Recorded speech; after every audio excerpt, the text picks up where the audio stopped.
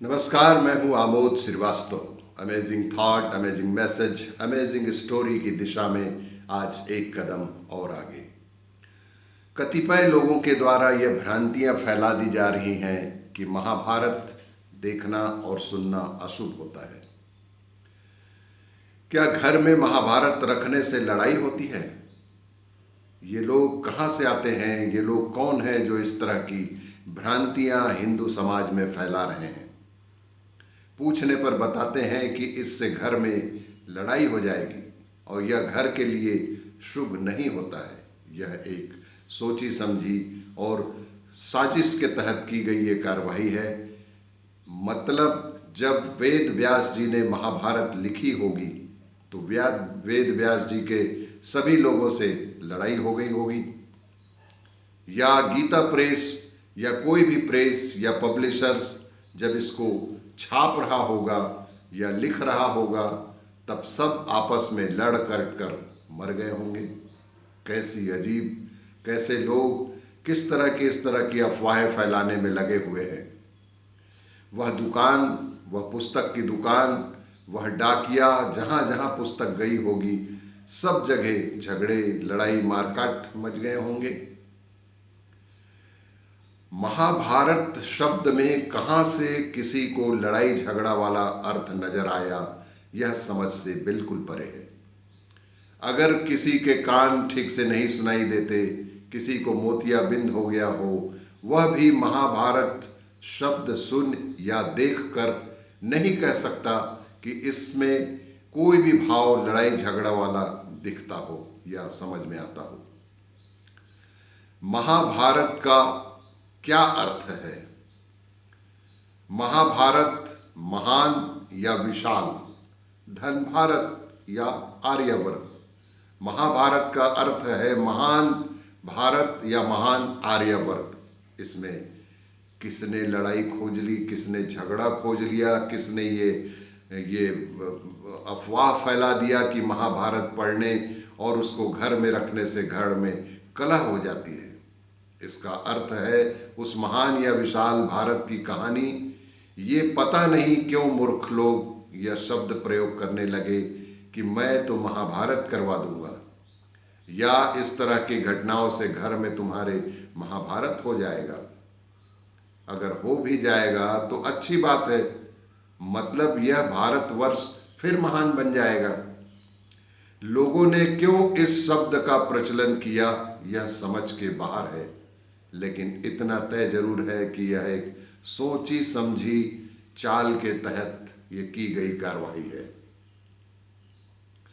महाभारत तो बड़ी अच्छी पुस्तक है। यह नीति, धर्म, ज्ञान, कर्म, कर्तव्य, अकर्तव्य के विषय में कितनी अच्छी शिक्षा देता है। बल्कि यह पुस्तक तो जानबूझकर रखनी चाहिए कि हमारे घर से अधर्म का नाश होगा और धर्म की स्थापना होगी।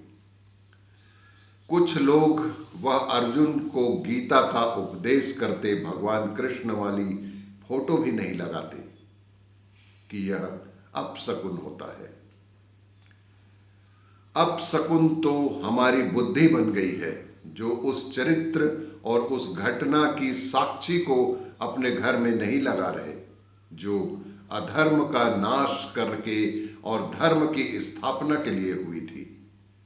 उस फोटो का सीधा अर्थ निकलता है कि अधर्म का नाश और धर्म की स्थापना के लिए किया गया कार्य। भगवान कृष्ण ने तो यही करवाया था, सभी अधर्मियों को मरवा दिया था और धर्म की स्थापना की थी। तो फिर इससे डरना क्यों और इस तरह की अफवाहों को सुनकर मानना क्यों? सर्वश्रेष्ठ गीता ज्ञान जिसके सामने पूरा विश्व नतमस्तक है, सर्वश्रेष्ठ गीता ज्ञान जिसके सामने पूरा विश्व नतमस्तक है, इसी से मिला है। विदुर नीति जैसे महान नीति की शिक्षा इसी महाभारत से मिली है। भगवान की विभिन्न लीलाओं का वर्णन इसी में है, और जिसमें भगवान की लीलाओं और उनके जन का वर्णन हो उसको तो शास्त्र सर्वोपरि संज्ञा देते हैं। ऐसे तो देखा जाए रामायण में भी भगवान ने बचपन से ही हजारों राक्षसों का वध किया। रावण जैसे दुरात्मा का अंत करने के लिए लाखों की सेना बनी और लाखों लोग युद्ध के ग्रास बन गए। यही रामायण है जिसमें राज्य तिलक से एक दिन पहले ही 14 वर्ष का वनवास हो जाता है। राम सीता वन को भेज दिए जाते हैं। लक्ष्मण जी उर्मिला से अलग, भरत मांडवी से अलग, शत्रुघ्न श्रुति कीर्ति से अलग, दशरथ की तड़प तड़प कर पुत्र वियोग में मौत, तीनों रानियों का विधवा होना, श्रवण कुमार की मौत, लक्ष्मण जी को शक्ति बाण लगना, नाग पास में बंधना, सीता जी का हरण होना, सीता जी की अग्नि परीक्षा, सीता जी का वनवास, सीता जी के पुत्रों का वन में ही जन्म देना, उन दोनों का तो वैवाहिक जीवन जैसे उथल पुथल में ही रहा। राम और सीता जी के जीवन में जैसे उथल पुथल में ही उन्होंने जीवन बिताया। फिर तो रामायण या रामचरितमानस भी नहीं रखनी चाहिए घर में।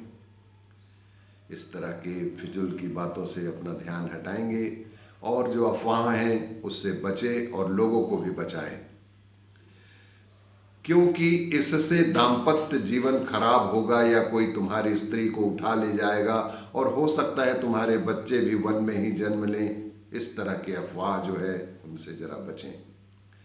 अरे कोई भी अपने इतिहास को उठा लो, सब में धर्म की स्थापना के लिए लड़ाइयाँ हुई हैं, तभी वह आज स्थायित्व या स्वीकार्यता में है।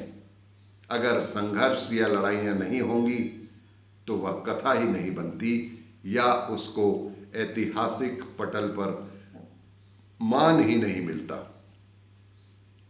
किसी की भी कथा या स्टोरी उठा लो, सब में संघर्ष या लड़ाई है। हरिश्चंद्र, नल दमयंती, सती सावित्री, ध्रुव प्रहलाद इत्यादि कोई भी नाम ले लो, सब में जीवन का संघर्ष व लड़ाई अवश्य ही दिखाई पड़ता है।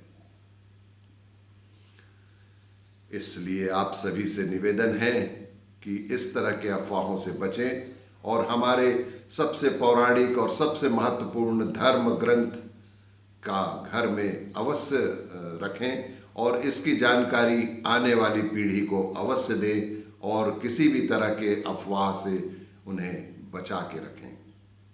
और भी इसी तरह की जानकारियों के लिए देखते रहिए मेरा वीडियो, लाइक करें, शेयर करें और सब्सक्राइब अवश्य करें। धन्यवाद।